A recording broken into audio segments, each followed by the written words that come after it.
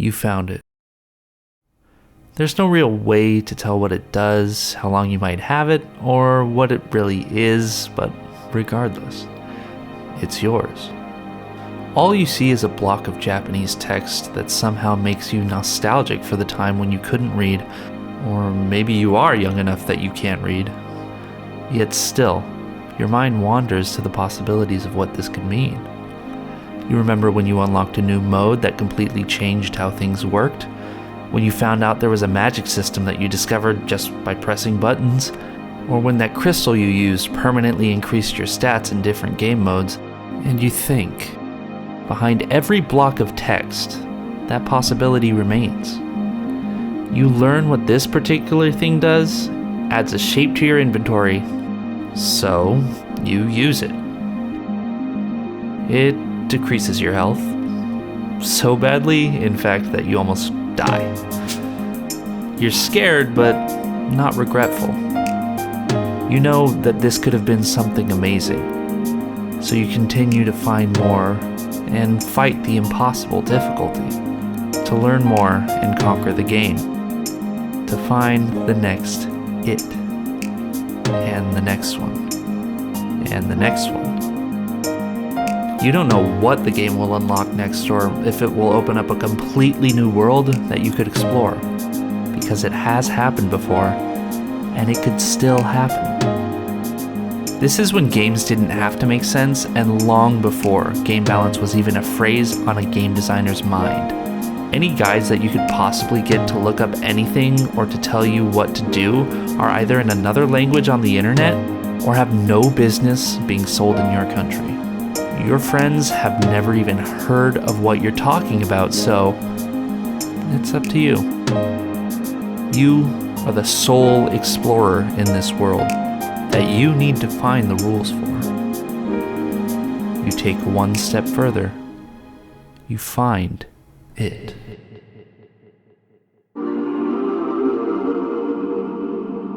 This might not be a relatable experience for anyone but me. However, for me, this is a huge part of not only my childhood, but something I sometimes chase when playing games in the modern day. Whether this is nostalgia or anemoia, I'd like to take you on a trip through a few games that really sold this feeling to me. That wonder for a sprawling game that may or may not be deeper than you at first think. The keen sense of adventure that I felt by trying to answer that question. The first notable example that I think of when I think of this feeling is Poy Poy. Ready, go! Poyder's Point, or Poy Poy in the West, is a party battle game that has the rare conceit of having a physics-based battle system on the PlayStation 1. It's a bit of Super Smash Bros. Meets Mario Party and Power Stone. Not only can you throw around objects and items that the overhead little robot guy spawns, but you can also interact with things that are special to each stage, like a robot that sits in the center of the stage and does a variety of attacks, or Moai heads that charge and shoot explosives at you, all of which are responsive to player behavior and, at times, can be picked up and thrown as well. It's all about the discovery of trying and testing what things do what, since none of this is ever explained. Neither are the mechanics such as jumping, ducking, or dodging. Not to mention, you could grief the shit out of all of your friends by picking them up and throwing them too. It makes everything feel like all of the rules are a mystery that you have yet to discover. But where the real discovery begins is what happens when you press the triangle button.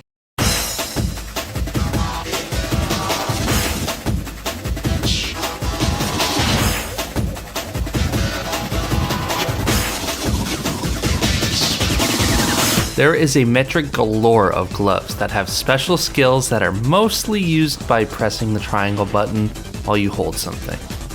But some of them have other special properties. That's what the single player mode is focused on. Participating in tournaments against CPUs that if you win, you get money to acquire a surprisingly large number of special gloves. And some of them have higher numbers. That means they're better. See, when I played this game, I was young enough to mostly be able to read. However, I had a family friend who imported Japanese versions of games and exclusives who also gave me a PlayStation that was somehow capable of playing them. I know many people might be familiar with the English translation that even had English voice acting, but I didn't even know that Konami dished out enough money to get this localized in the West until I was an adult.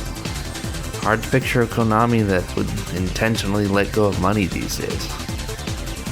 But for me, nothing beats that classic line delivery, It's the start of Poy Poy! which I find myself saying sometimes for no reason at all, to this day.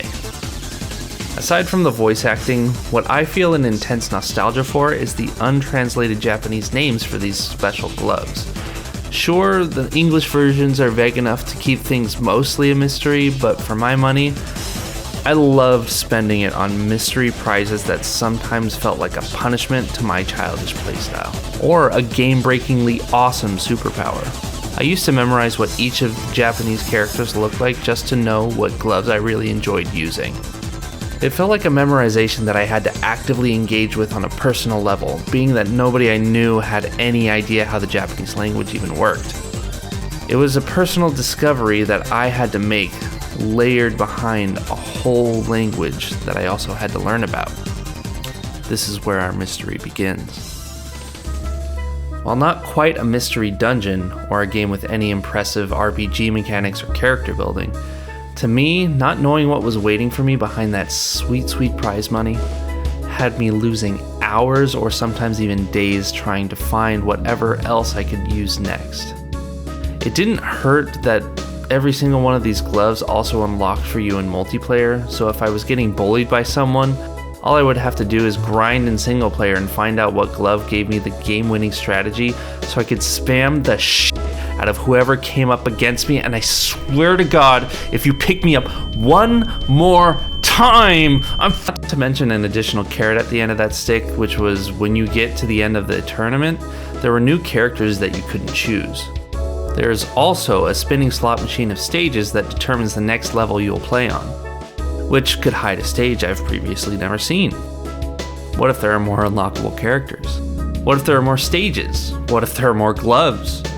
What felt like character growth wasn't stats or the specialized and sometimes stronger gloves, but the world that felt like it got deeper the further you delved into it.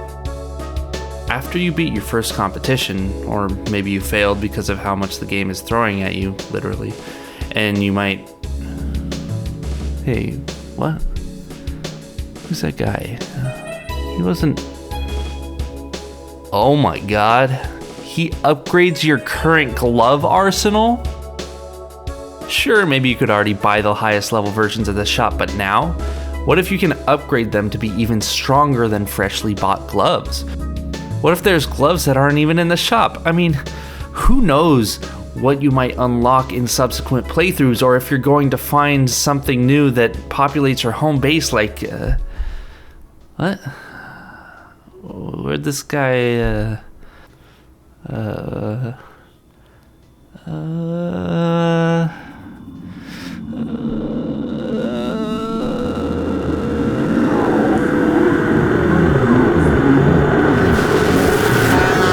don't want to potentially rob everyone of the secrets to discover.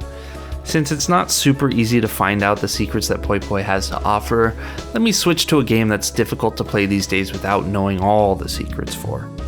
That brings me to the other important component of the feeling of infinite discoveries to be made, for me at least. Game modes that hide a new genre of game behind them. The game, some of you may have already said out loud already as I drag these sentences out, is the pivotal, genre-defining Tekken 3 and its special mode, Tekken Force.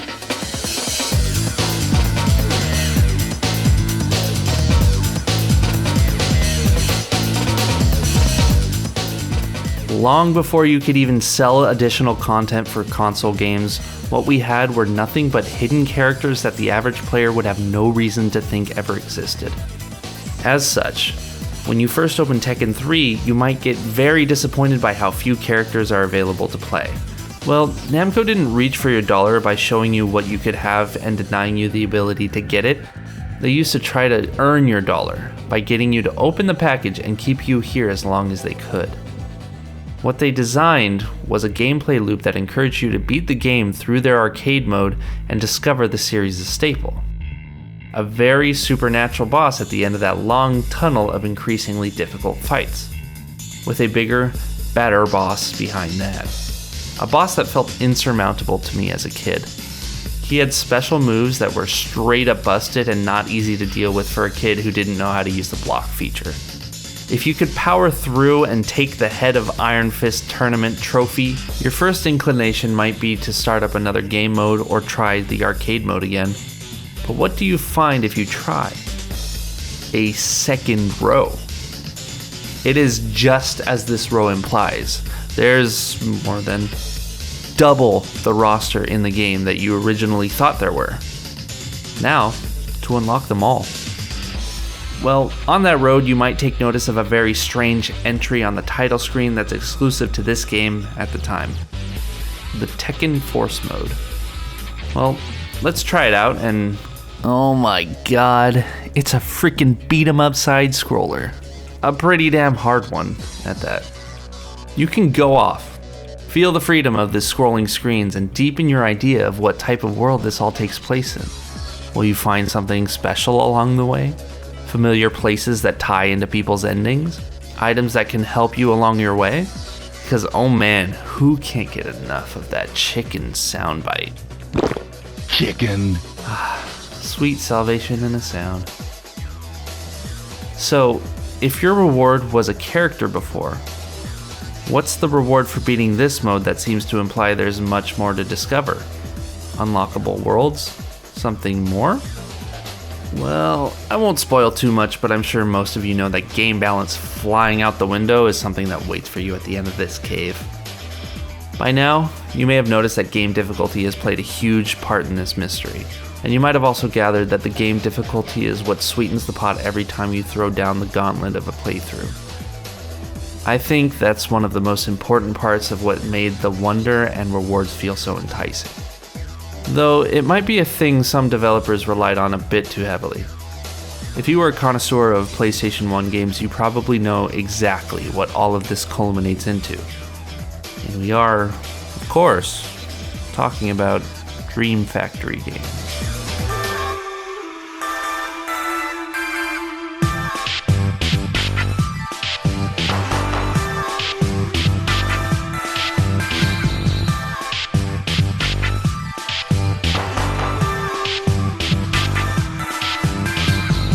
Dream Factory was an offshoot of one of the original creators of Tekken and Virtua Fighter, Seiichi Ishii, who left to create games that he personally wanted. Which, one of the most well-known games they produced, for maybe not good reason, was, of course, The Bouncer. Though we're not really going into the dumpster fire that is internet discourse surrounding The Bouncer. We want to talk about the games that came out before then. That's right, we're talking Tobal and Urguys. Tobal No. 1 was a very hopeful title that clearly held the hopes for Seiichi to create something that had an honestly very impressive team working on it. You might be able to tell that some of these designs are a bit familiar, and yes, it does feature characters designed by the legendary Akira Toriyama. The gameplay also looks pretty familiar to Tekken games, which is for a very specific reason that I won't really get into. That's not where the similarities end, as an entire year before Tekken 3 even released, Tobal No. 1 stole the idea to have a second mode that changed the gameplay to another genre. This time being a dungeon crawler. Not just a dungeon crawler, but a roguelike, with a surprisingly modern design philosophy behind it. Was it balanced? Definitely not. The quest mode offered an inventory of items you could use, randomized potions that gave you permanent buffs and debuffs, at least for the rest of this run, and a system where you could actually buff your character's core stats. Does it have the difficulty of discovery? Of course. Completing the various pre-made dungeons was very difficult and required a certain degree of mastery over the systems in the game, which acts more like a tutorial for the randomized dungeon mode that gives you that authentic roguelike experience. I love the small bits of discovery of finding new items, item types, and not always having a run that's long enough to identify all of the potions. So I never really knew every different type of potion available. Not to mention, yes, there were things that you unlocked that influenced the game outside of this mode. Though, as you might be able to tell, it's a fairly simple system where they were just trying new things. It definitely felt like a lead up to its sequel, and to American and European audiences, it definitely wasn't. However, for Japanese audiences, well, Tobal had a lot more cooking behind the curtain. See, I brought up the Japanese jailbroken PlayStation for a reason. Tobal 2 was a Japanese-only release and the game from Dream Factory that I played the absolute most when I was a kid. And I think you might understand why as I get explaining. See, I had no idea what anything was or what anything meant, just like Poy Poy. What I had to operate off of was shapes and experimentation, and oh man, was there so much to experiment with. Everything from Tobal number 1 got expanded in this game. Except for the title, not really sure why they took the number out of the title, but whatever. When I say expanded, I mean, well, let's not get too ahead of ourselves. Yes, you still crawled through a dungeon, but now with a newish perspective, as this game has multiple control schemes and a top-down perspective in the hub world, and not just a new perspective, but an entire new world to explore that wasn't just blocks floating in black space that lacked context. We have themed dungeons, a progression system, a hometown to talk with people, and so much more. Of course, talking with people in Japanese didn't do much for me, but man, the things I used to imagine they were saying, it was painting a picture. There was a lot of tutorializing that I definitely missed out on, and now that I visit it with a modern English patch, there were entire game mechanics that I didn't know about. The previous game had shops you could find in the dungeons, but this had a whole shop system that accounted for meta progression that made the game function with a bit more roguelite features. But that was welcome to me. I got the impression that everything was deeper somehow, and honestly, it was.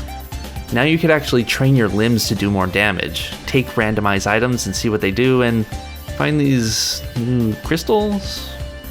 They function as gear that you can equip, though I'm not entirely sure what these purple ones are for, or why they have a number. You can throw anything at enemies to have it affect them, including crystals which equip themselves to enemies, so maybe they have a purpose when throwing, and oh my god. Okay, what? Alright, you have to understand that this was the peak of cool shit for me when I was a kid. This was the absolute most insane concept I had ever seen, to the point that I could barely wrap my head around it. It's not immediately obvious what these purple crystals do, especially if you can't read the words on your screen, but when you would throw a purple crystal at a weakened enemy, you had the chance to capture them. For every enemy. It might sound like a cool Pokemon system where you maybe get to summon them in this mode, but no. You capture them for the entire game. You can use them in everything. They even retain their stats from quest mode, meaning you could get destroyed in a single hit if you played a weak monster that didn't do much damage against your friends.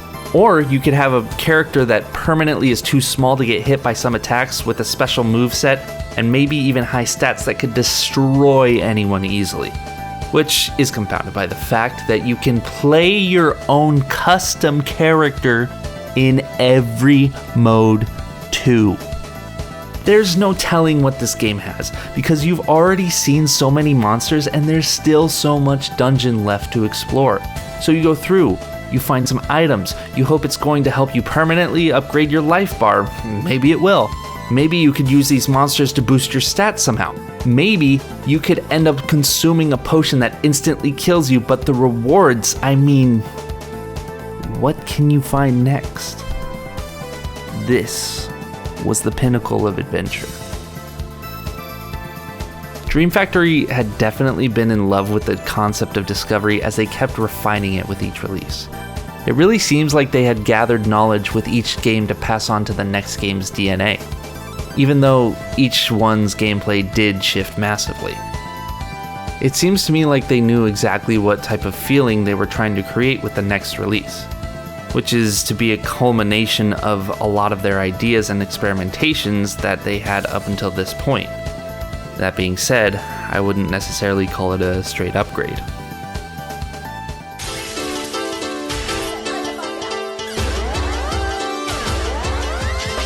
Guys, God Bless the Ring, also known as the loudest lesson on why you should make a selection soundbite short.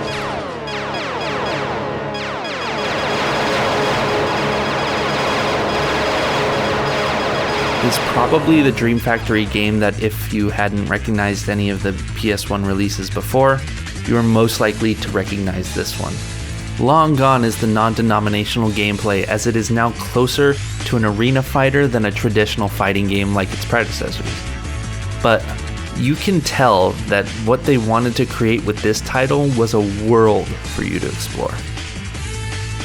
Whether it be the stages that seem to take place in a world with a story behind it, or the fact that you engage with that story by having a custom animation every time you beat a stage in arcade mode, that implies you're traveling around to each of these different locations. There's a ton of little details that made it feel like a labor of love. I always thought that there was some kind of thing hidden behind these doors if I could just find a secret way through. That being said, there may or may not be secret passages in arcade mode. I don't want to spoil you too much. That sense of exploration you get seems to become very intentional once you get to, well, maybe you guys could tell by now that there's some sort of special thing in the menu that I'm especially interested in. We have another quest mode. It even has its own cover photo and functions basically as its own quest game. Now, when I call this a culmination of other features, I mean, it's all here. The exploration, the randomized dungeons, the item shop, the inventory. We even get a leveling system with customizable stat growth. Oh, and this time we get a fully voice-acted introduction on the PlayStation. Not bad. There's also a weapon system where each weapon type has its own custom moveset and a permanent death system, where if you die, your character is stuck in the dungeon that you need to use your other character to retrieve. If the other character dies, well, game over. People say Kingsfield is a predecessor to Dark Souls. We start out in a stage, which is actually a level we can fight in the main game. This altogether confirms that there really is a bigger world out there for us to explore in-universe. We even walk to a second stage that is playable in this cutscene. However, instead of getting to explore the greater world they appear to be trying to interconnect, we seemingly time travel or teleport to a fantasy world. There's surprisingly deep systems in this alternate reality, including crafting, shopping, which leaves a lot of room for the imagination to run with what items we can find and how we might be able to upgrade them. The feeling of wonder that the possibilities hide seems to be what was on the forefront of their minds, as they actually created a tutorial NPC that's purpose is not only to teach you the basics of the game, but reward you for going further with that one currency. Possibility. How that works is you gather books that you give to the NPC that mostly just teaches you new and hidden mechanics that might not have been immediately obvious, even if you spammed all the buttons possible, which has been the series' MO for Discovery. It's a surprisingly well put together action RPG on a system that already has a lot of competition for RPGs in general. Though for the sake of this video, there are some weaknesses which do keep it from being the best in the series for reasons that are probably extremely arbitrary and localized to my own opinion. The mode, while it has crossover characters with the main game, is really mostly a standalone experience that doesn't have too many greater implications for the rest of the game. It does even go so far as having a separate title screen for each mode, and does kind of treat them as separate games with common elements. To me, the main reason this is a weakness is the greater lengths than usual that the game goes through in order to establish its own world and world building, especially for the time. A time of fighting games having infinite scrolling 2D images and a seemingly infinite expanse of a rectangle that you fight on, Urgai's utilize gameplay elements and victory screens to flesh out locations that acted as a companion piece for the environmental design and visual storytelling of the cutscenes. It felt like a shame that the quest mode didn't do more to flesh this out, or give us a sense of being able to explore something that seemed to be an intense labor of love in creating this world. This, however, has deeply bored a hole in my brain that ever since I have wanted to be filled by a game. Yet I've never fully seen something that has exceeded this concept. The sense of adventure that brings dimensionality to a simple game. The usage of diversified gameplay modes that work to build worlds. The wide sense of reality that is implied when you create a variety of different ways to play the same game in the same world. The infinite possibilities of what could be hiding in something to come. How these concepts, I feel, can be incorporated into any game would be having difficulty that works to heighten the sense of achievement of what the rest of the game hides, like a Souls game, but also contrasting what you discover to be things that shape the paradigm of the game or even create a new way to play. Maybe, like some of these games, a new game mode featuring items or concepts in common that have implication for both modes of play. At this point, I would love to create a game like this, but I don't really have the resources, so I'm left to hope for the time being. To chase this feeling with things other people create. Hope that there's still games to come out that could capture this feeling and go wild with it. Hope, sincerely, that this is not a design concept that becomes one day forgotten. Hope that discovery is waiting for us in a surprising package.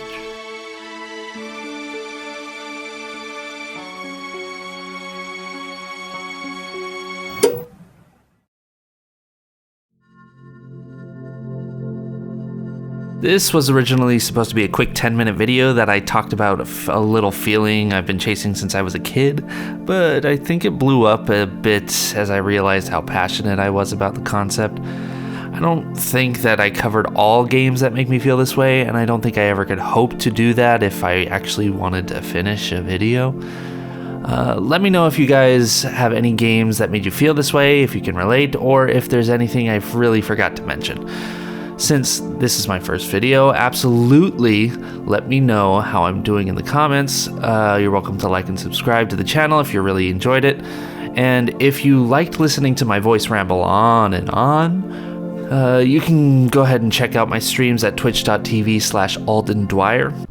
Last minute edit, Alden here. We are actually going to be streaming the Dream Factory games over on my Twitch channel, so if you wanted to see me discover things in real time, we're going to be doing that probably the day that this is posted, and for a few weeks after as well, where you can see tons of rambling like this.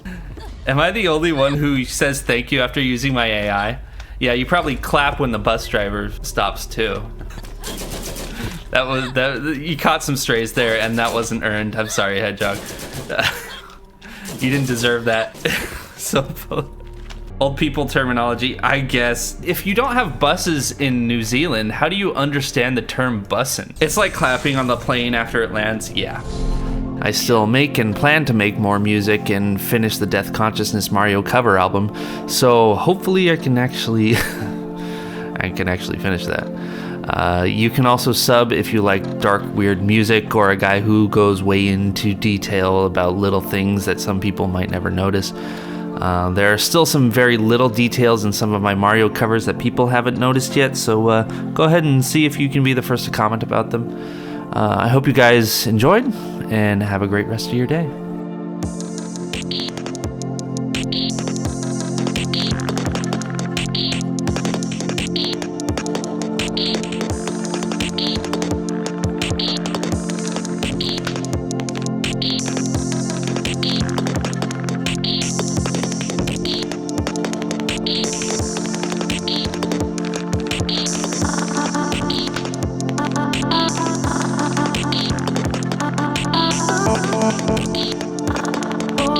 Oh,